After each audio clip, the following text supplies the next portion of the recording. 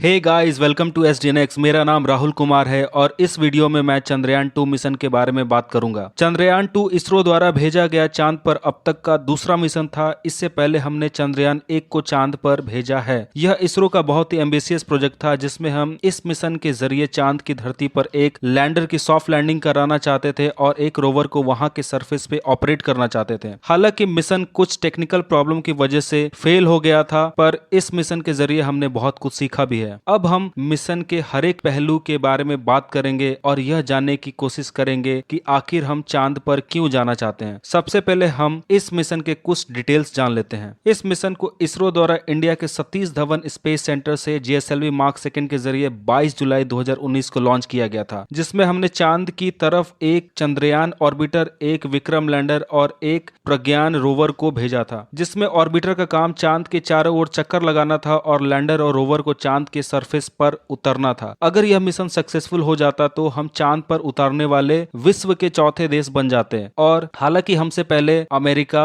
रसिया और चाइना चांद पर उतर चुके हैं। इस मिशन को इसरो ने चांद के साउथ पोल पर लैंड करने के लिए डिजाइन किया था, जो कि ऐसा करने वाले हम विश्व के पहले देश थे। लेकिन लैंडर के लैंड करते समय चांद के सरफेस से 2.1 किलोमीटर ऊपर हमारा कम्युनिकेशन टूट गया और हमारा विक्रम लैंडर चांद की धरती से टकरा गया और यह मिशन फेल हो गया। अब इंपॉर्टेंट सवाल यह है कि आखिर हम चांद पर क्यों जाना चाहते हैं। जैसा कि हम जानते हैं, चंद्रयान 2 मिशन के पहले इसरो ने चंद्रयान 1 मिशन को भेजा था। यह एक ऑर्बिटर था जिसका काम चांद के चारों ओर चक्कर लगाते हुए चांद की स्टडी करना था। इस मिशन की सबसे बड़ी उपलब्धि यह थी कि हमने चांद पर पानी होने के सबूत ढूंढे थे और भारत चांद पर पानी ढूंढने वाला वर्ल्ड का पहला देश बन गया था। तो इस बात को और पुख्ता करने के लिए हमने चंद्रयान 2 मिशन को लॉन्च किया था। इसके अलावा हम चांद के सरफेस की एक 3D मैप भी तैयार करना चाहते थे। इस मिशन के जरिए हम चांद के सरफेस, उसके बनावट, उसमें पाए जाने वाले खनिज पदार्थ और उसके वातावरण की भी स्टडी हम करना चाहते थे। बट सबसे इंपॉर्टेंट, हम अपने चांद के सरफेस के ऊपर लैंड करने की एबिलिटी को हम टेस्ट करना चाहते थे। अब हम इस मिशन के कुछ हिस्ट्री के बारे में बात करते हैं।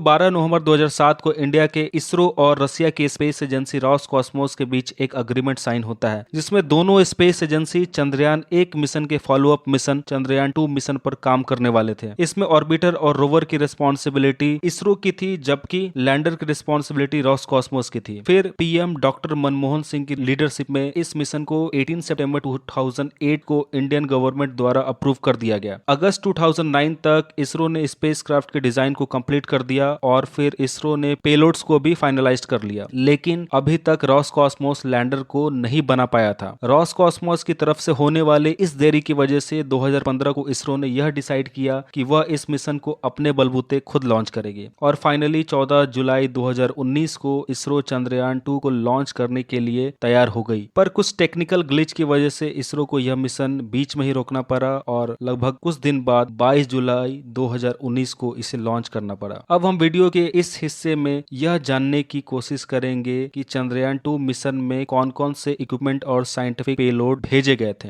जिससे हमें चंद्रमा की स्टडी करने में मदद मिलती है। सबसे पहले हम लूनर ऑर्बिट के पेलोड्स के बारे में बात करते हैं, जिसमें पहला नंबर टेरेन मैपिंग कैमरा 2 का आता है। इस प्राइमरी ऑब्जेक्टिव चांद की सरफेस की मैपिंग करनी थी और उसके एक 3D मैप तैयार करना था। अब हमारा दूसरा इक्विपमेंट है Chandrayaan 2 large area soft x ray spectrometer. इसे हम शॉर्ट फॉर्म में क्लास भी कहते हैं। यह मून के एक्सरे फ्लोरेंसेस स्पेक्ट्रा को एग्जामिन करता है ताकि वहां पर पाए जाने वाले मेजर एलिमेंट जैसे कि magnesium, aluminium, silicon, calcium, iron, titanium और सोडियम जैसे एलिमेंट्स की जांच कर सके। इसके बाद नेक्स्ट इक्विपमेंट है सोलर एक्सरे मॉनिटर। इसका काम सूरज से आने वाले एक्सरे और सोलर रेडिएशन को मॉनिटर करना है ताकि वह Chandrayaan 2 large area soft x ray spectrometer equipment की मेजर एलिमेंट की स्टडी करने में मदद कर सके। नाउ फोर्थ नंबर पे है ऑर्बिटर हाई रेजोल्यूशन कैमरा। इसका काम लैंडिंग की साइड की हाई रेजोल्यूशन इमेजेस खींचना था ताकि विक्रम लैंडर आसानी से साउथ पोल पर उतर सके। हमने एक इमेजिंग इंफ्रारेड स्पेक्ट्रोमीटर भी भेजा था, जिसके जरिए हम चांद की इंफ्रारेड स्पेक्ट्रल में मैप बना सकते हैं, जिससे हम चांद और चांद की सरफेस को और अच्छे से जान सकते हैं। हमने एक dual frequency synthetic aperture radar भी भेजा है। इसका काम मैप बनाना और चांद पर वाटर आइस को ढूंढना है। इसके बाद एक बहुत ही इंपॉर्टेंट इक्विपमेंट जिसका नाम चंद्रयान 2 एटमॉस्फेरिक कंपोजिशनल एक्सप्लोरर 2 है। इसका काम चांद के एटमॉस्फेयर की अच्छे से स्टडी करना है। अब हम प्रेजेंटेशन के उस हिस्से में चलते हैं जहां हम यह जानने की कोशिश करेंगे कि हमने आखिर चंद्रयान 2 को चांद पर भेजा कैसे। इस हिस्से को टेक्निकल टर्म्स में मिसल प्रोफाइल कहते हैं। यह बहुत ही इंटरेस्टिंग पार्ट है क्योंकि जिस मेथड के जरिए इस चंद्रयान 2 चांद पर भेजा है उस मेथड में काफी कम फ्यूल यूज करते हुए हम ज्यादा से ज्यादा पेलोड को चांद की तरफ भेज सकते हैं। इस तकनीक को हम स्लिंग शॉट या अर्थ ऑर्बिटिंग कहते हैं, जिसमें हम कम से कम फ्यूल यूज करते हुए अर्थ की ग्रेविटेशनल पावर को यूज करते हैं और स्पेसक्राफ्ट की वेलोसिटी बढ़ाने की कोशिश करते हैं। सबसे पहले चंद्रयान 2 को क्रायोजेनिक इंजन के जरिए जियोसेंट्रिक ऑर्बिट में पहुंचाया जाता है, जिससे स्पेसक्राफ्ट एक एलिप्टिकल ऑर्बिट में अर्थ के चारों ओर चक्कर लगाने लगता है। फिर हमने स्पेसक्राफ्ट में लगे हुए बूस्टर को यूज करते हुए 5 चरणों में धीरे धीरे ऑर्बिटर को या ऑर्बिट को इंक्रीज करते हैं, जिससे स्पेसक्राफ्ट ट्रांसलूनर ऑर्बिट में पहुंच जाता है। वैसे ट्रांसलूनर ऑर्बिट उस ऑर्बिट को कहते हैं जिसमें हम किसी स्पेसक्राफ्ट को उस दिशा में नहीं भेजते हैं जहां पर चांद आज है, बल्कि हम स्पेसक्राफ्ट को उस दिशा में भेजते हैं जहां चांद अगले 40 दिन बाद होगा, क्योंकि स्पेसक्राफ्ट को चांद तक पहुंचने में लगभग 40 दिन लग जाते हैं। हालांकि इस मेथड में काफी ज्यादा समय लगता है, पर यह काफी